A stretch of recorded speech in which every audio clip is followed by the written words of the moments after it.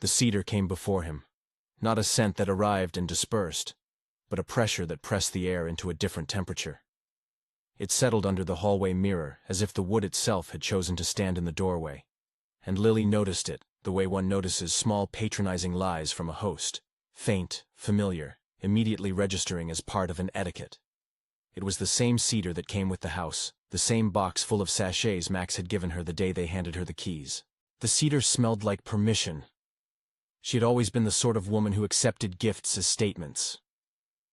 Choosing this house, its shallow columns, the mirror that curved just enough to flatter, the automated lights that remembered when she liked the parlor's bright or gently dusk, had been no exception. To live in a space that had been selected and curated for her was like being handed a script, one she read with the practiced ease of someone who had spent a life on stages both public and private.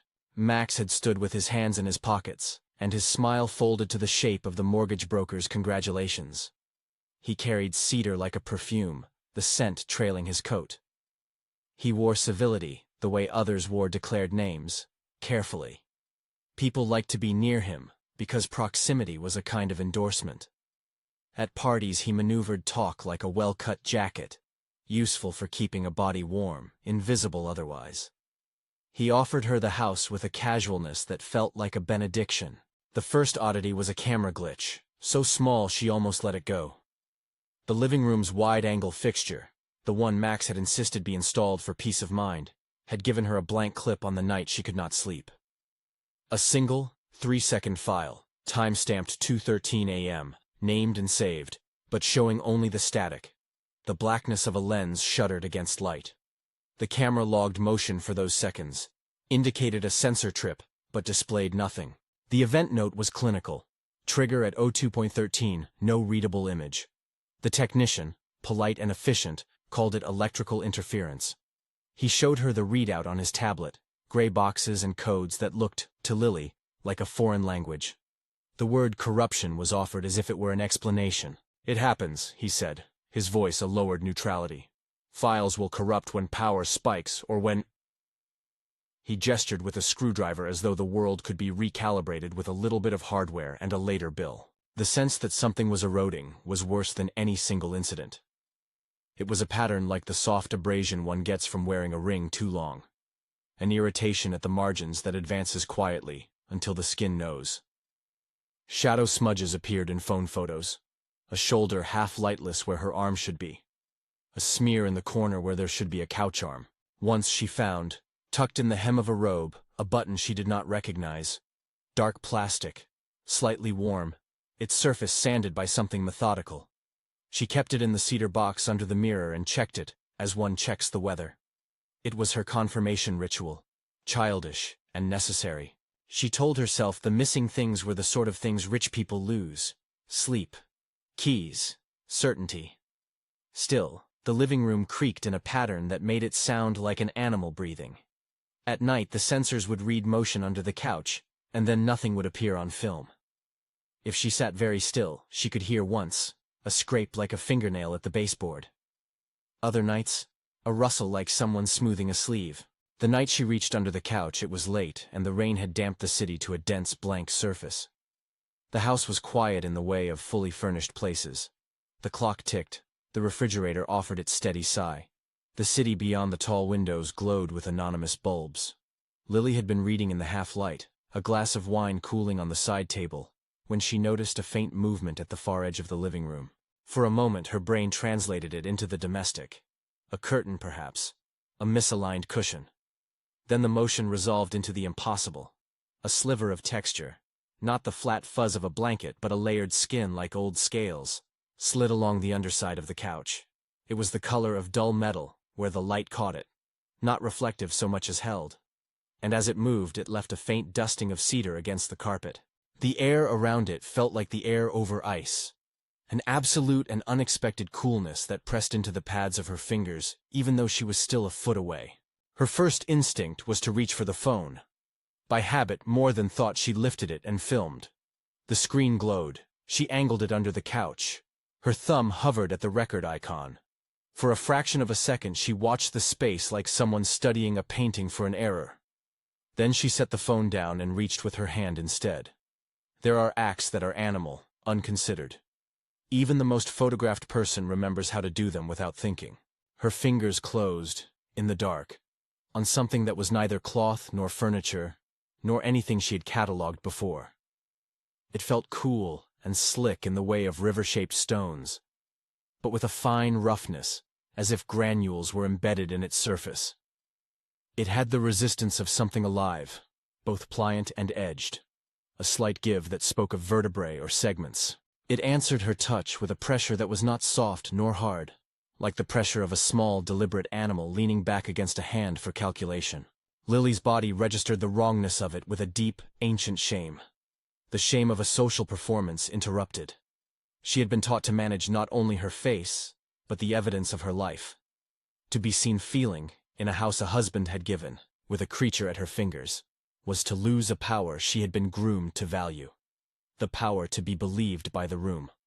She withdrew, but the contact remained in her bones. The memory of the cool scale, the flecks of cedar that stuck to her palm, the way the thing had arranged itself like a watchful limb under the couch, these things lodged. She pressed the phone again. The video file, when it saved, had a single frame. A smear of black where her hand was. Time-stamped 02.17, marked as corrupted, unreadable. When she tried to show Max in the morning, not with a dramatic accusation but with the practicalness of someone seeking an explanation, he soothed. "Electrical glitches," he said, opening his palms as if that would spread reason. "You got the house from a bank. Maybe the panel's old. We can call the superintendent." He smelled of cedar that morning, easily. It clung to his scarf like a label. He sat with his coffee and made an arrangement of suggestions that were not admissions. Replace the camera, move a lamp, sleep in another room. He offered to have someone over. He kissed the back of her hand when she made him coffee. He had not denied that something might be wrong, but he also had not watched her in the way she wanted him to, the way that would align the world to her testimony. She did not expect incredulity so much as mild inconvenience, and yet both greeted her. Friends at brunch offered fluttering concern. Their eyes skimmed the story and skimmed her. And someone said, a colleague of Max's who had been too polite in the way of the very affluent, that stress did strange things to perception. It was a sentence coated with pity and disbelief, practical as a handkerchief. The word hallucination hovered near their smiles like an odor one could pretend not to smell. The police were kinder in their forms. The officer who came carried a professional warmth, the sort that reads like competence.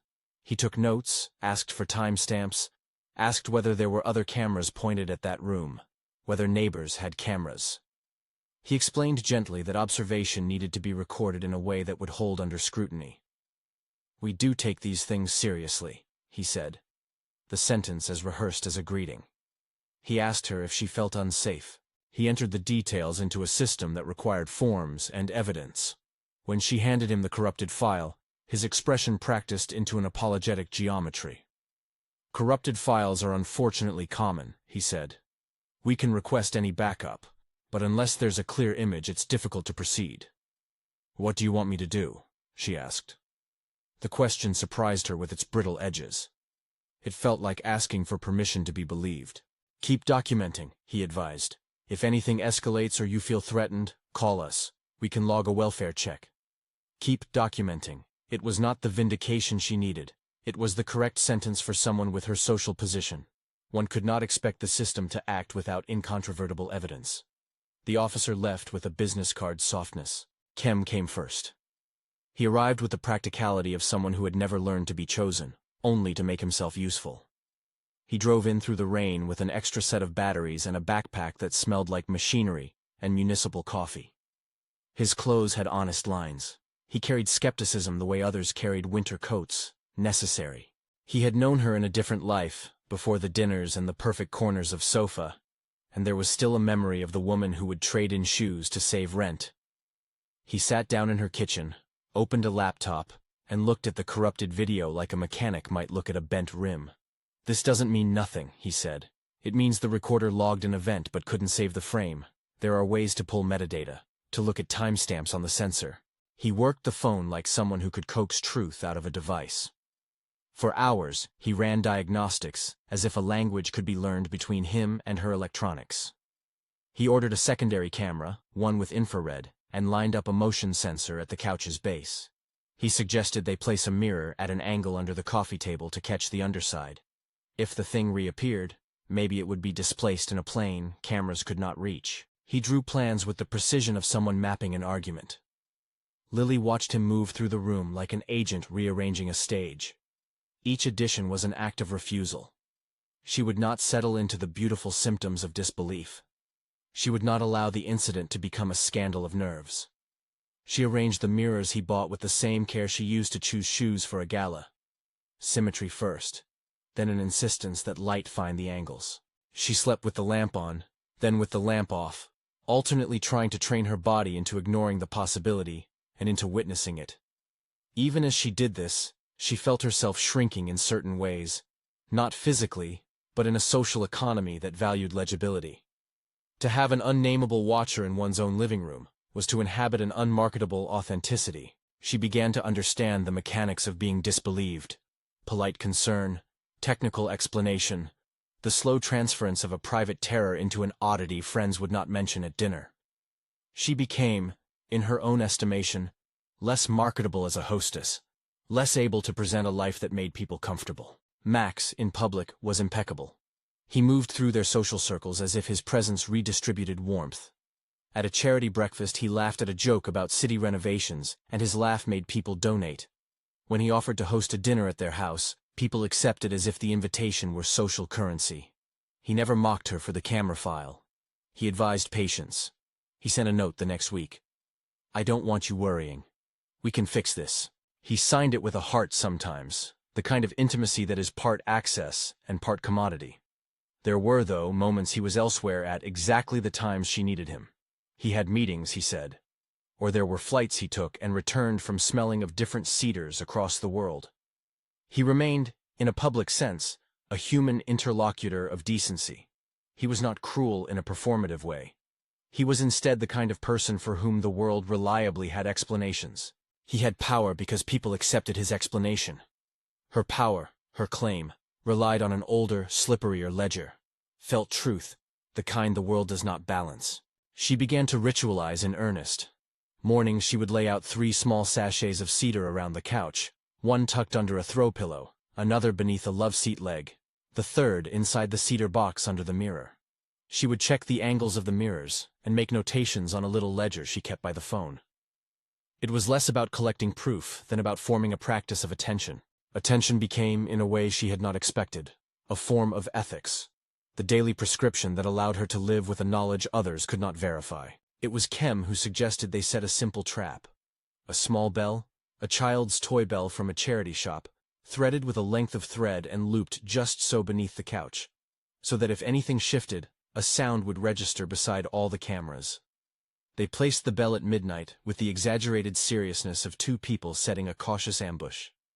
Lily sat in the armchair with a cup of black tea and waited. At 2 in the morning, or at least at a time she translated as 2 in the morning from the slow bobbing of her pulse, the bell rang. It made a single, thin note like the sound a far-off bell makes in a church scene in a film. Not insistent, but precise. Lily caught her breath so sharply her chest hurt. She reached again for the hand she trusted first, not Max's, but her own. She extended an arm and touched the same place under the couch until her fingers found that layered, cold resistance. Like scale, like the underbark of a tree, like the side of a thing that had perhaps been built to glide in low light. This time the object did not withdraw. It returned with a curious pressure, a small, slow thrum that was neither heartbeat nor engine. The cedar dust on it clung to her skin. She told Kem what she had felt. He listened in a way most friends had not. Then he asked for a time-stamped frame, a photograph of her hand, the bell's registration on the motion sensor. They checked the cameras. The infrared footage registered motion at 02:03 and then again at 02:15, but the frames where motion should be visible were black. The log showed a sequence of triggering events. Motion at 01:58, 02:03, 02:15. The bell's time read 02:15, a tiny wear that confirmed sound, but when they viewed the synchronized feed across devices, there were 3 spools of gray, and then nada. Kem sat back. The way a man who is used to systems will sit when a system refuses to be legible. "Corruption is one thing," he said. He tapped a sequence on his laptop, and though the word impossible hovered implied, he supplied it as an ellipsis. "This is different." Lily wrote down the times in her ledger and put a ring of cedar next to the page. She had, for the first time, both the memory of touch and a recorded bell. The machines, however, denied the thing's image. Machines she had installed to make the house docile had become unreliable narrators. After that night, the house felt inhabited by a divided presence. Her living self and a persistent, accurate other that had its own punctuality. She stopped waiting for rescue from apparatuses and began learning to live with the creature's intervals. She learned its patterns in the way one learns a child's sleep. Small, ritualistic recognitions that knit the days together. The bell rang sometimes at 2:03, sometimes at 02:15, sometimes there were minute scratches along the baseboard, or a creak in the chaise as if something shifted its long shape. She caught, once, a thread of cedar on the edge of the throw blanket, and another day she found, in the pocket of a robe she had not worn, the dark plastic button. The presence of the button worried her more than the absence of image. Buttons are public artifacts, tiny signatures of someone's making. To find one misfiled is to be told a small story about another hand. She kept it with the cedar box under the mirror and stroked it when sleep would not come. Once, in a fit of childish clarity, she put the button under a small square of glass and left it on the coffee table like a relic. Neighbors heard of the incident in the way neighboring lives gossip. Through diagonal talk at the elevator, polite inquiries in the hallway. They were anxious, then indifferent. It was not a matter of the building's utility. There were more immediate domestic dramas in the city. Some remembered seeing strange late-night moving shadows the night she called the police. Others, who had cameras that pointed toward the courtyard, had frames of a dark car and nothing more. One neighbor, an older woman who smoked the kind of cigarettes that folded a person's face, asked if Lily were sure she had been sleeping well. "Have you seen him?" Lily asked her one afternoon, in the doorway. The neighbor answered at length about the building's committee, about a leak in the roof, and mentioned, as an aside, that people often see things at night. "Sleep yields vividness," the woman said. "Lose some hours, and the mind will conjure any company." Lily went home with the sentence lodged like a pebble. Max arranged a housewarming in the following month.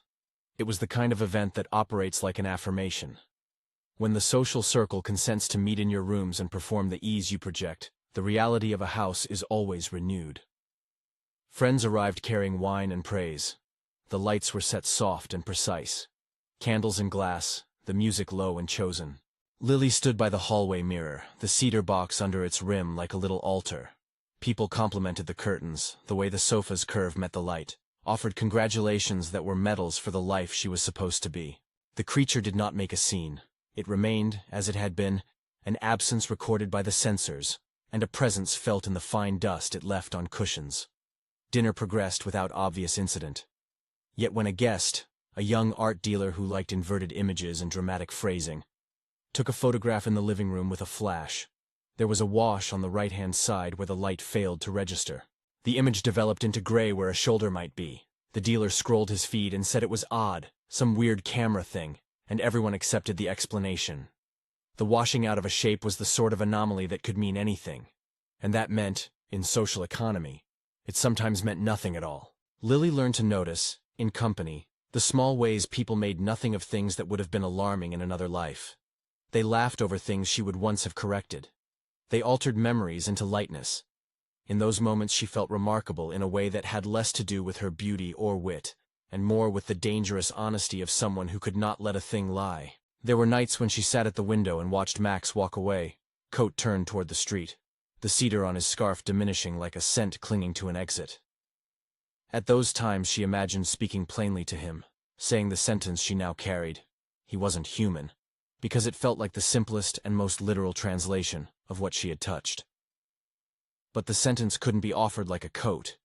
It needed proof in the way a person needs a doctorate after their name. She found herself measuring words, not because she wanted to hide, but because she needed the right thing to lay beside the small, fragile proof in her palm. Max, in the end, was both the problem and the shield.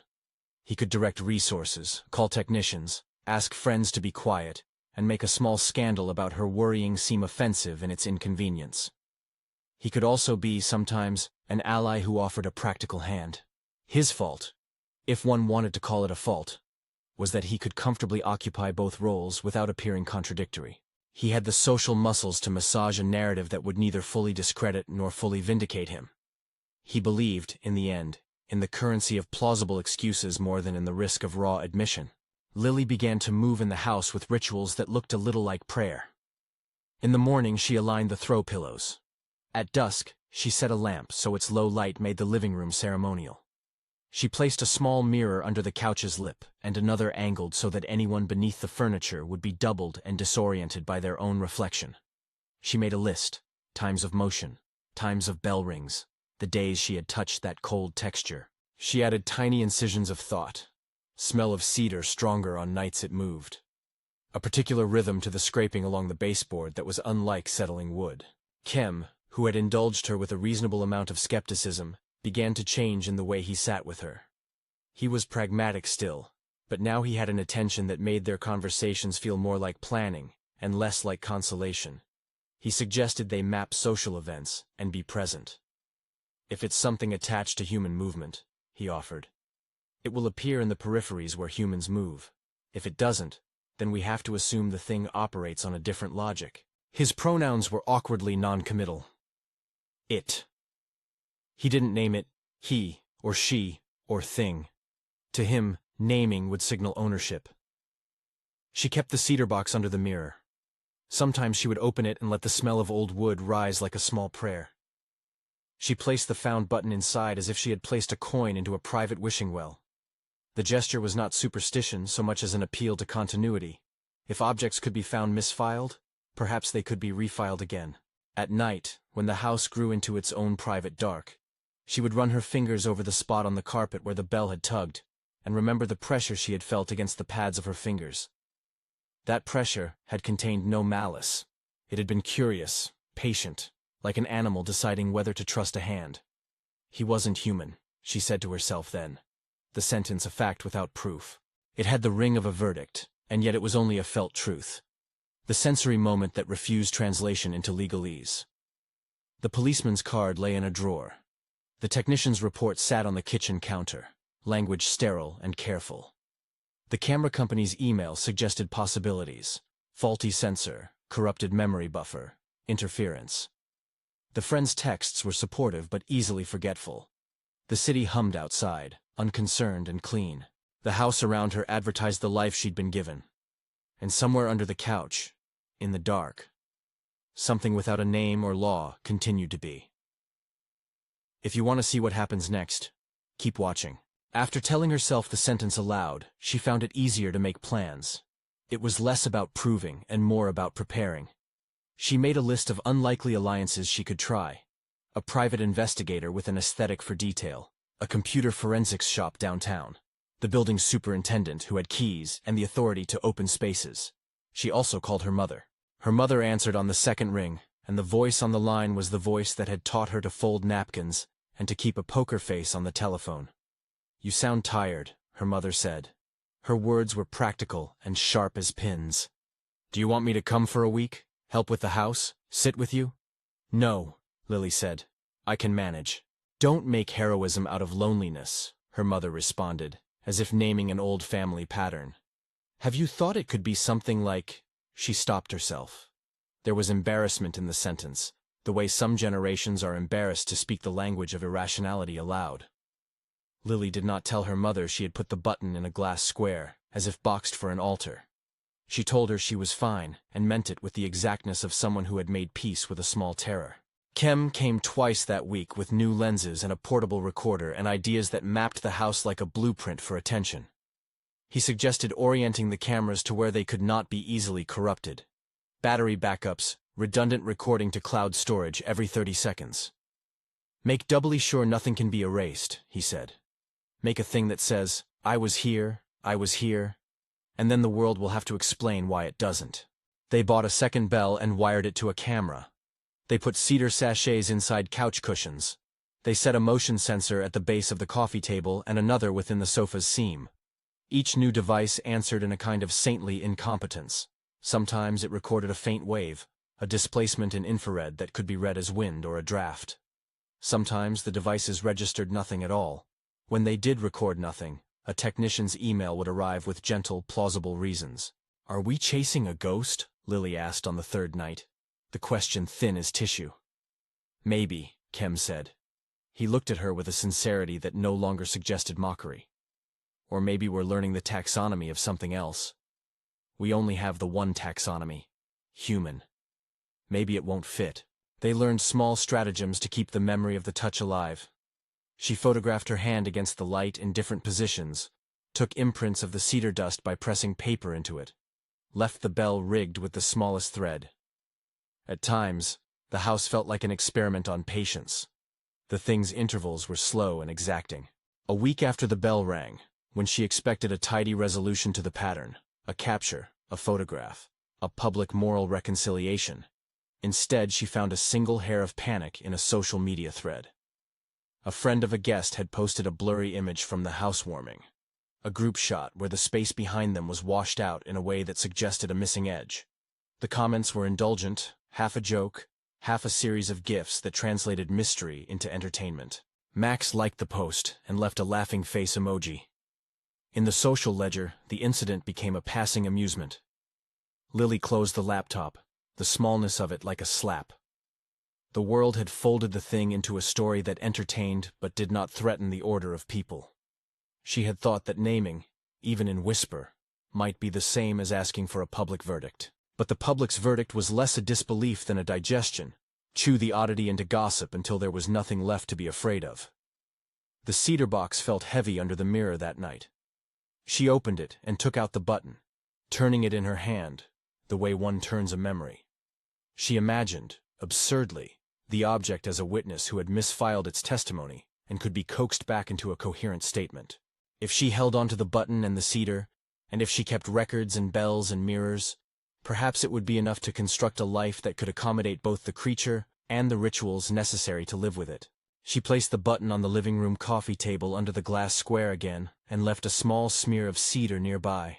The smell lifted and hung. The house had a shade of smell now that was its signature. Cedar threaded with the distant exhaust and rain of the city. In the wet nights the cedar became sharp and then sweet, like a memory being remembered well. A technician came and replaced a board in the camera's body.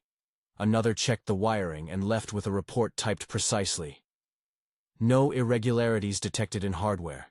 Software updates complete. The report closed like a medical note. It was instructive only in how small things could be made to look final. Months slid by and the bell rang again. The intervals stretched, and in their stretching the rhythm of living altered. Lily's life narrowed in certain disciplined ways. She stopped going to some dinners where the room hummed too loudly. She had fewer photographs taken. It was not that she retreated, exactly. Rather, she learned to arrange the light in her favor, to position herself so that even if others could not see, she could distribute her attention in ways that allowed for safety.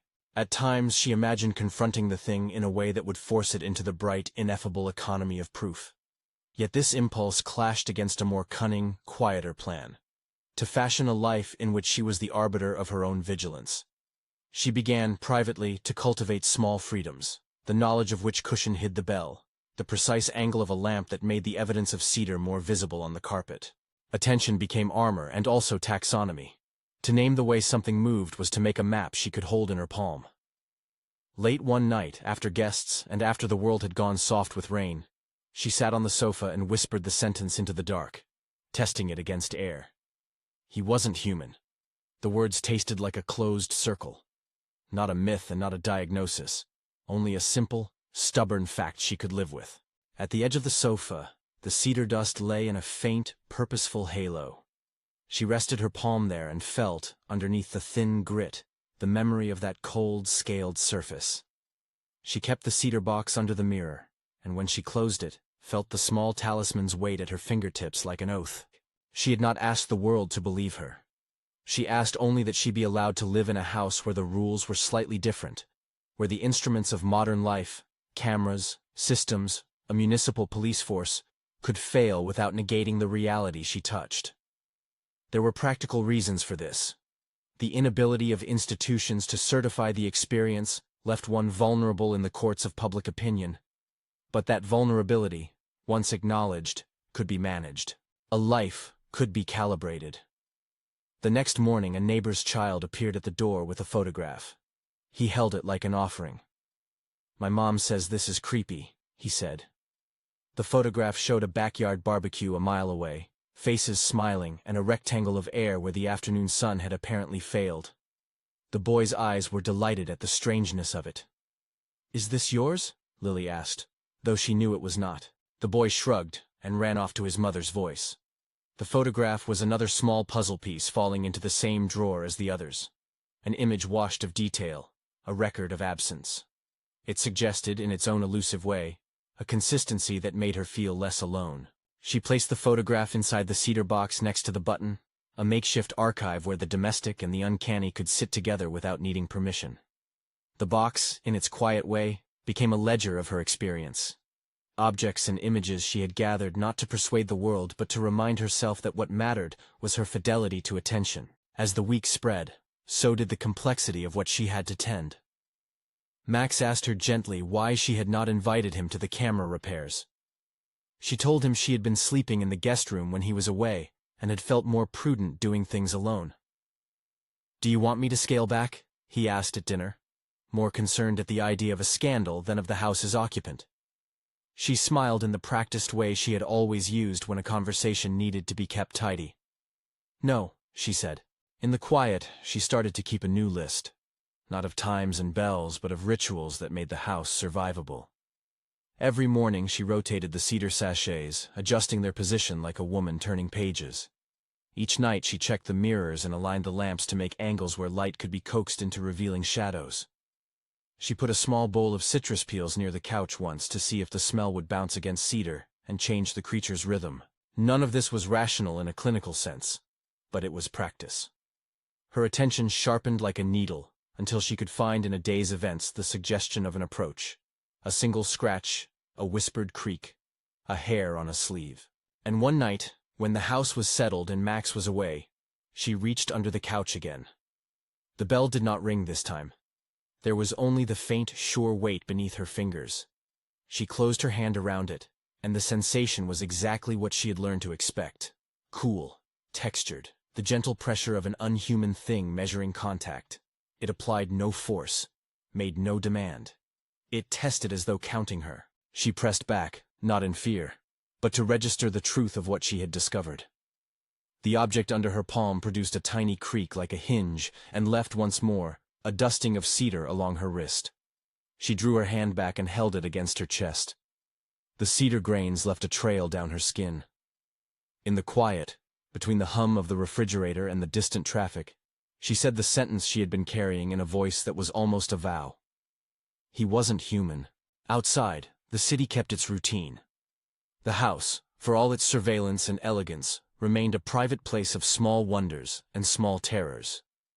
She closed the cedar box, placed the button and the washed photograph inside, and walked to the hallway mirror. In the glass, her face looked tired, attentive in a way she had not previously inhabited. The mirror reflected the cedar box beneath it, the small sacral object she had made of practical things. She did not know if she could ever produce proof that would stand in a court of public opinion or a police log. Perhaps that would never be necessary. For now, she had her ledger, her bells, a friend who would set cameras, a mother who would come if she asked, and a man whose cedar-scented presence both soothed and complicated. These were imperfect alliances, but they were her almanac. She left the lamp at the side of the couch on, the light haloing the space where the thing usually passed. She slept for a while, and when she woke, the house smelled of rain and cedar, and the small peculiarity of a life reconfigured around vigilance. The cedar box under the mirror was still in place. The button lay beneath the glass square on the coffee table like a tiny, dark sun.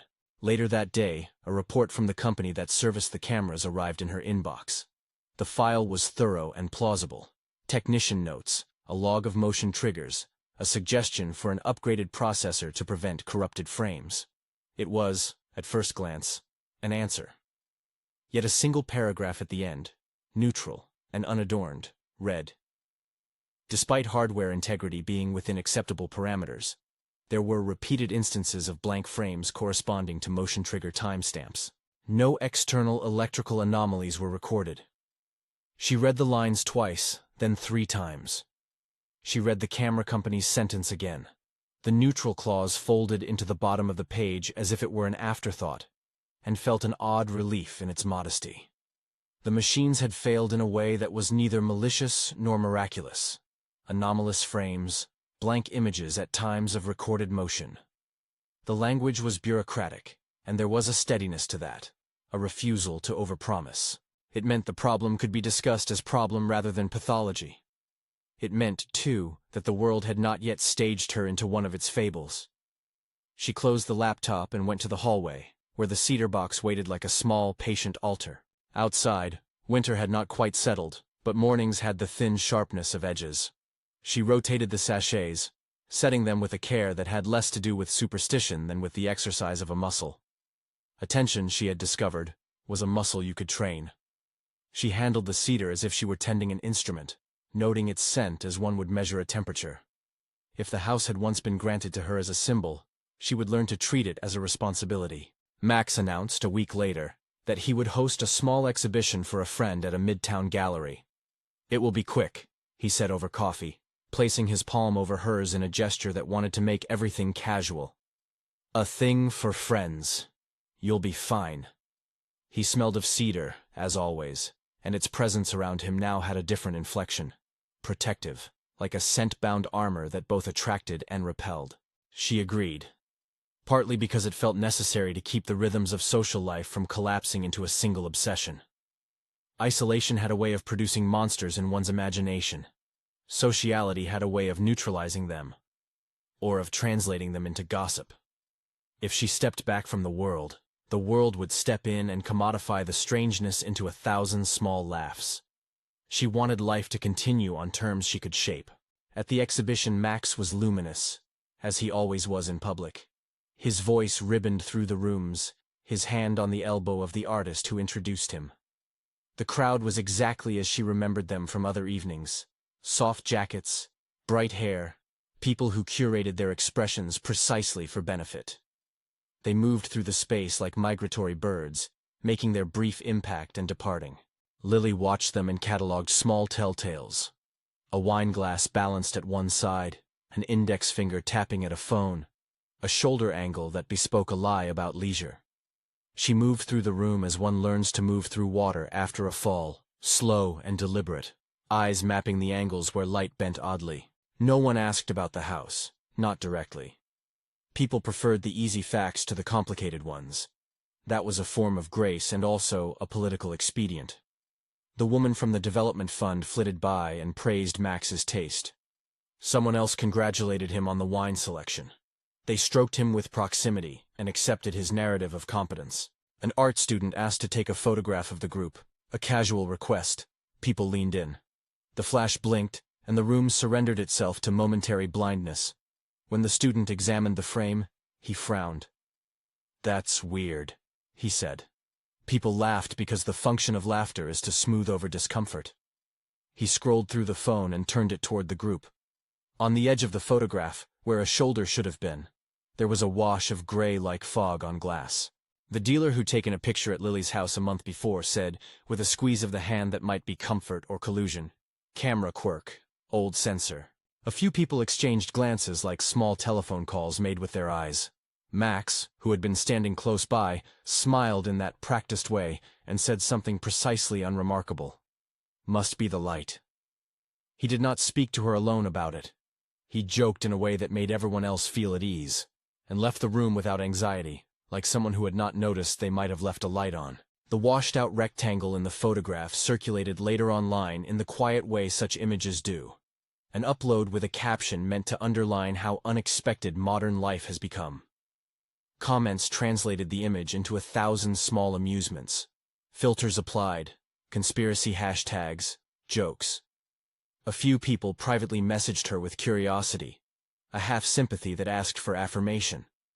She sent a soft reply and did not contest the levity. The washing out, she understood, functioned as a stubborn fragment that could either be read as an error or as evidence. Social life tended toward the first because it had an investment in maintaining routine. Kem texted that night with a plan. New equipment, an alternate feed stored off-site in encrypted cloud storage, redundant timestamps sewn into each camera's log. He had become practical to the point of obsession, and she welcomed it with the calm of someone allowing a trusted surgeon to choose tools. They made lists together, small administrations of hope. Which camera would be placed where, which bell would be wired to which sensor, how to angle the new mirror to capture an underside no machine had reached. They also made allowances for the house's life. "You can't live under a bell," Kem said once, in a tone that was at once friend and foil. "You need sleep. You need small human things like not expecting proof every night." He did not mean to sound condescending. His bluntness was his way of acknowledging the cost of vigilance. Her reply was a tightening of the mouth, a refusal that hid a softer gratitude. A weekend barbecue at a neighbor's townhouse became the next pressure point. It was suburban in ambition, a polite attempt at communal warmth. Lily went, more to observe than to be seen, and found a small economy of plastic chairs and clinking plates. Max circulated with a bottle of wine and a quiet laugh, and the neighborhood's domesticity washed over her like a balm. Children darted through the grass, adults sampled dips and smiled at each other with the practiced boredom of people who lived discreetly adjacent to one another. A neighbor's teenager took a dozen photographs on a phone that he bragged was vintage. They were candid, and when the images were passed around later in a group chat, one of them contained an oddity. Near Max's shoulder, a pale ellipse where the light had not recorded the full contour of a man. "Looks like his shoulder's missing," someone wrote, and the message thread dissolved into emoji. Max laughed at the screenshot and dismissed it with the easy logic of someone who had been raised to manage narratives. "Old phone," he said. "Filters, light." He did not ask Lily if she had seen anything. He smiled the way people smile when they want to make others' discomfort seem like a personal failing. The dismissal was not cruel. It was administration. But the small anomalies continued to accumulate like matter in a deep river. A cleaning woman reported finding a trail of cedar dust along the underside of a chaise. She made a small face and said she would sweep it up. The comment registered with neighbors as an anecdote to be filed. A friend asked, in a whisper, whether Lily had considered moving back to her mother's for a spell. "Just while this blows over," the friend said, with all the gentleness of someone who wants to be kind without destabilizing a network of status. When a photograph began to circulate, showing a strange, elongated blur in the hallway of the building, a rectangular absence near the lobby mirror, neighbors sent the image to management. The superintendent, a man whose job was to smooth, sent an email assuring residents that security footage had been reviewed, and that there was no evidence of threat. The staff's hardware audit confirmed their devices were intact. Only certain frames were blank. It was a technical footnote that read like an attempt to preserve calm. No one wanted to believe that their domestic safety was being negotiated by phenomena that could not be certified. The small public embarrassments, the washed photos, the blank frames, the jokes, pressed at her like fingers on a bruise. They did not wound in a way that produced blood. They wounded by making her anchorage, the expectation that being seen equaled being believed, uneven. It was a social shifting of weight she had not learned to carry. She had by then rearranged much of the house to facilitate both attention and living. Mirrors angled subtly around the couch, a low cabinet repurposed to hide extra camera batteries. The cedar sachets rotated like prayer beads. Each ritual she invented was a refusal to let the world entirely define the terms of her reality. She had learned that agency could take small, quotidian forms. Where to place a light for its revealing shadow, the exact alignment of cushions to create negative space, the meticulousness of notes in a leather ledger that named times and cents. These conventions were private, intentionally not for public consumption. They protected her in a way the police and equipment did not. Her mother visited once, for a week, and they shared the house in the manner of two women who had once folded napkins together. Her mother's presence softened something like the edges of catastrophe. They drank tea and discussed practicalities, the right kind of lock, whether to change the mattress, but also sat in companionable silence, where the cedar smell could be held between them like a shared secret. Her mother listened to the story with a brevity of comment that suggested she recognized the shapes and refused to make them into an infraction. "You're doing the sensible things," her mother said once, her voice like a folded handkerchief. "You're not screaming, you're gathering." The words held no moralizing. They were assessment and approval. When Kem visited with a new piece of equipment, a thermal imager he had acquired from a former student, they set up a small studio of devices in the living room. The thermal camera rendered heat like a blurry aurora, reds and violets and blue. For an evening it became a talisman. They watched it screen like people watching a seismograph during a tremor. The camera registered the temperature of the room, people, and the radiator. It picked up the dog that belonged to a neighbor when she peeked in and shook off rain. It translated life into color. At 3 in the morning, the thermal camera registered a line of cooler temperature under the couch, a spill of deep indigo that became, for a second, almost visible as a shape. The other cameras recorded motion triggers. The bell, wired that night to a recorder, made no sound. When they reviewed the footage in the morning, the thermal image had been rendered as a series of frames that, at the exact moments of motion, displayed simple, uniform color. No shape, only an absence of heat. The technician's notes, when Kem faxed them to a lab contact, said that the frames had been clipped at those timestamps. The lab's reply was careful. Data corruption without hardware failure is anomalous and requires forensic review. It would take time and money. The lab offered a protocol and a price. Money, for a moment, threatened to be an instrument of vindication.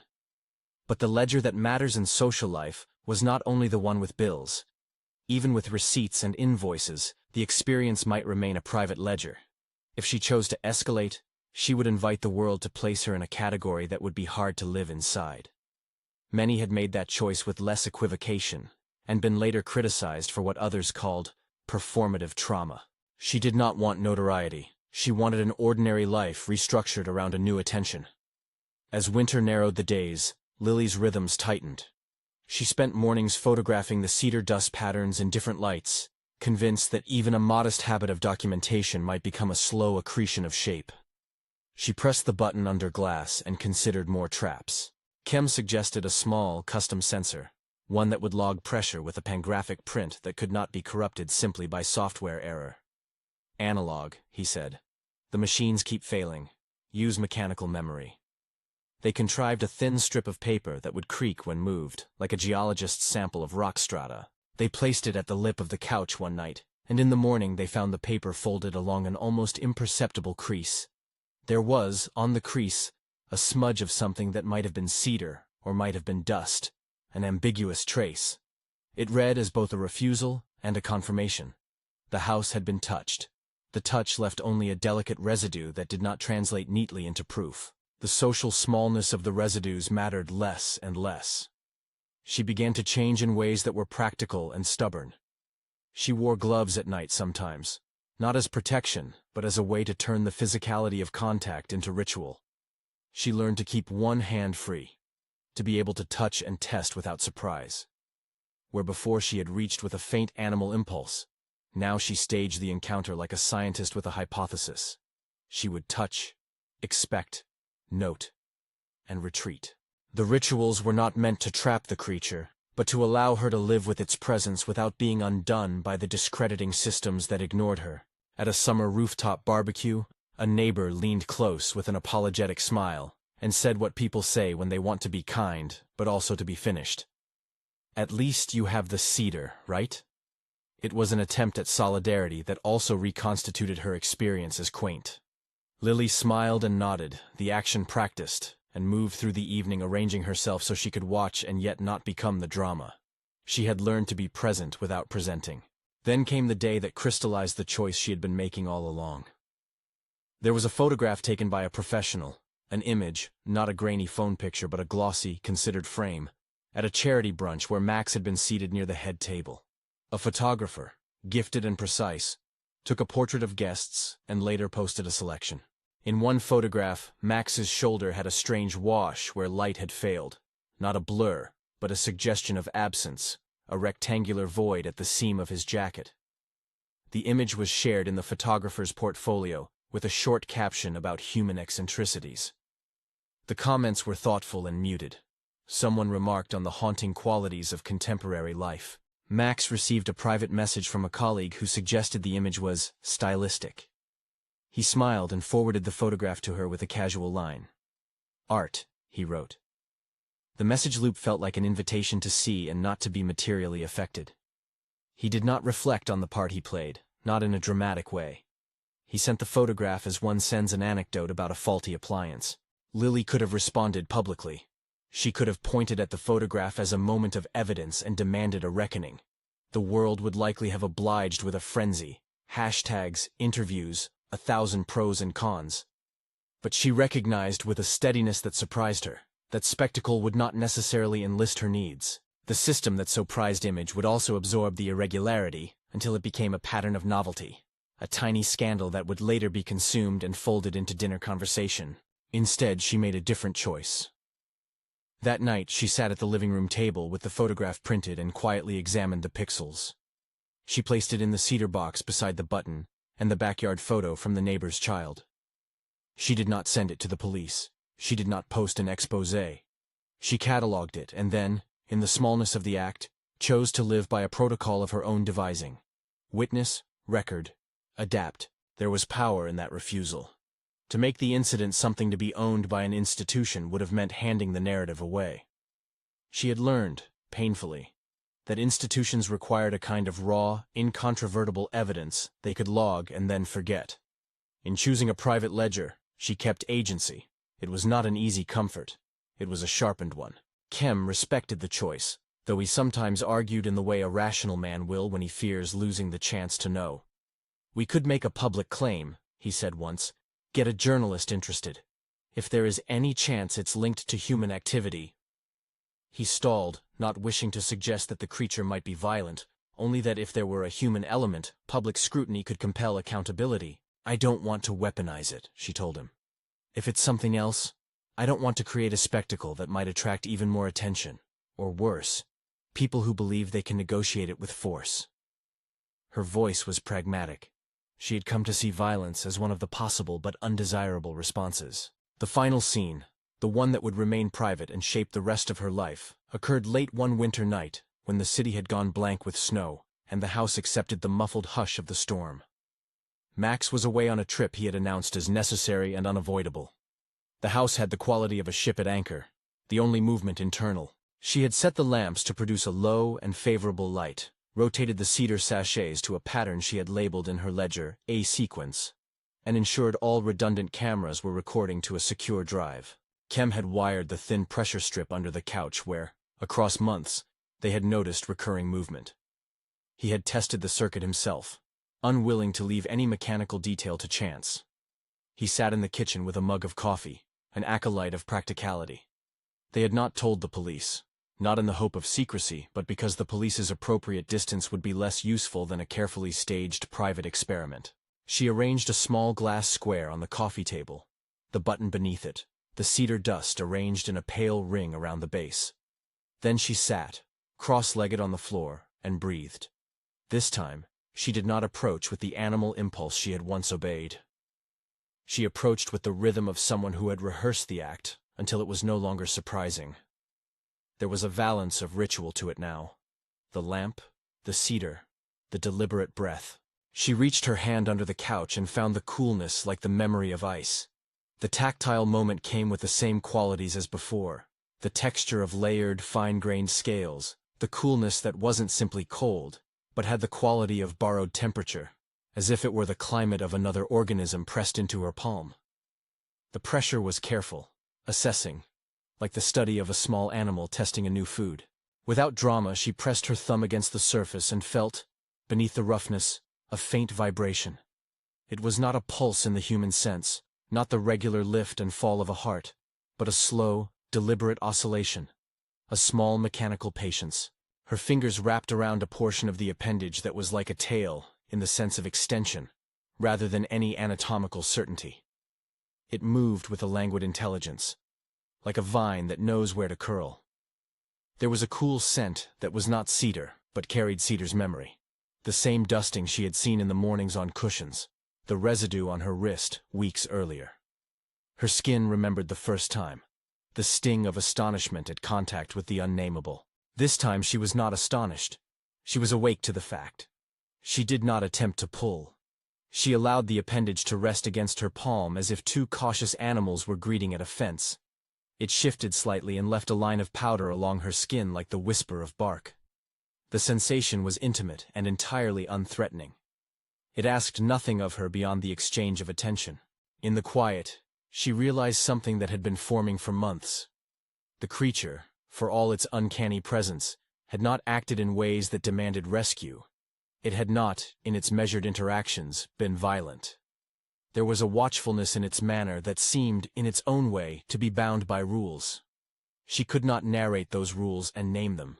She could only observe the pattern of intervals, the bell timings, the cedar traces. It had a rhythm, and part of living with it meant learning that rhythm. She drew her hand back slowly and, with deliberate calm, stroked the appendage a fraction of an inch. It responded by coiling a little, an action that was almost affectionate in its economy. A small, cool touch that moved like the turning of a clock hand. She smelled the cedar more sharply then, as if the appendage carried a pocket of scent close to its skin. The house registered nothing on its frames. The cameras recorded motion triggers, but the files, when checked in the morning, would present the same frustrating blankness at those times. The pattern persisted, tactile certainty amid recorded absence. It was a refusal, perhaps unavoidable, of the world to fold whatever this was into language and proof. She sat for a long while afterward on the rug, the lamp's ring of light small and domestic. Kem came out with 2 mugs and sat with her in companionable geometrical silence. He did not ask for a description. He did not request the photograph to print. He had seen the imprint on the thermal readouts and the bent paper the night the pressure strip had been moved. His understanding was not the same as hers, but it was a form of solidarity that required no grand pronouncements. "What do you want to do now?" he asked at last. She set her palm on the cedar box and felt its wood warm slightly beneath her hand. "Keep living," she said. "Keep noticing. And keep our ledger private." Kem nodded. "Guard the story you have," he said. "The world will market even the oddest things if you give it space." She thought of Max, of his cedar-scented coat, of his smooth management of narratives. The man could have been a shield or an obstacle. In the quiet of the night she did not accuse him. He had not been visibly cruel. His culpability, if there was culpability, was more diffuse. The way belonging to networks of influence allows one to inoculate oneself against seeking the hard questions. She would, in the future, measure his proximity and proceed accordingly. For now, his presence was a complicated resource. The following weeks were a careful distillation of what she had learned. She refined the rituals, the angle of mirrors, the redundancy of archival storage, the placement of cedar sachets like lighthouse beacons. She invited fewer guests, and when she entertained, she did so with an economy that felt like careful curation rather than avoidance. She practiced describing what she had felt in a language that was private and precise, cool, scaly, patient. She learned to answer the casual friend who joked about ghosts with a small wry smile and a change of subject. There was dignity, she realized, in refusing to offload one's life into public spectacle. Sometimes the bell rang again at the appointed hour. Sometimes the pressure strip creased. Sometimes there would be a faint trail of cedar across a cushion. Each trace registered the same way, a proof that did not qualify as proof. It sustained her gaze like the contours of a stubborn geography. She learned to live like an archaeologist in her own home, marking layers, cataloging residues, accepting that some strata would never yield a fully legible artifact. Months turned into another season. The cedar matured in scent, and the box under the mirror became heavier with photographs and small objects she had gathered. The neighbor's backyard washout, the art dealer's wash shoulder, the button under glass. It was an archive made less for convincing anyone than for remembering what she had learned. She would open it sometimes, and breathe deep the smell of cedar, as if inhaling a map that allowed her to navigate the house's interior edges. One evening, alone at home, she stood before the hallway mirror and looked at her reflection as if for the first time. Her face had the kind of fatigue that comes from attention rather than neglect, eyes bright at the edges, mouth set with new habit. She adjusted the necklace that sat at her throat, and then, without dramatic gesture, slid the glass square from the coffee table into the cedar box. The button clicked softly, and she placed it beside the photographs. She had thought often of the sentence that had held like a compass. He wasn't human. It was neither a diagnosis nor a proclamation. It had the quiet force of something one repeats to maintain a horizon. Saying it had never been a way to force the world to agree. It was, instead, the naming of a fact that had rearranged her life. In the mirror behind her, the cedar box showed as a small dark node under the frame. The house settled around her like a body taking a breath. She adjusted a mirror in a corner, catching the light so that it would fall near the couch where the creature moved. It was not a trap so much as a way of making living with the unknown easier to bear. Outside, the city kept its indifferent rotations. Inside, she had made an economy of practices to manage an extraordinary intimacy. She had refused both the theater of public exposure and the quiet acquiescence that would have let the matter fade into rumor. She had, modestly and persistently, trained attention as a kind of ethics. It allowed for a life that was neither naive nor embittered, a life that accepted ambiguity not as defeat but as condition. On a night when it rained, when glass wore 1,000 little moons, she found herself once again leaning into the living room, fingers lifting the small glass square to gaze at the button. Her palm brushed the cedar box's lid, and she felt the memory of cool scales between her fingers like a relic. It had not made her safe. Nothing could guarantee that.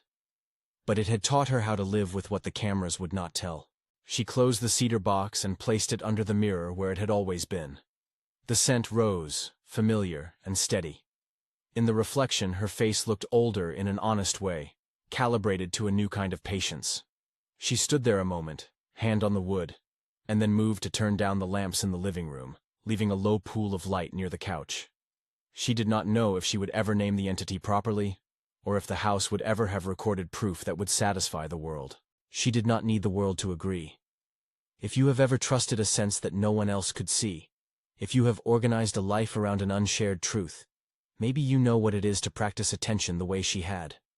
She would keep her ledger private, her rituals precise, and her cedar box beneath the mirror as she always had. An object that held more than fragrance. It held the account of a life that had learned to be vigilant without spectacle. He wasn't human. The sentence, repeated now in the quiet like a vow, shaped how she moved in the world. It was not a pronouncement to be posted or shouted. It was a fact, a pivot, a modest instrument for living. She placed the last photograph into the cedar box, snapped the lid shut, and walked away with the slow grace of someone who had learned to hold a private truth steady. If this story stayed with you, if it unsettled and intrigued in equal measure, leave a note below. Tell of a time you trusted a quiet sense alone. And if you'd like to read more stories that ask what we do with what we cannot prove, subscribe.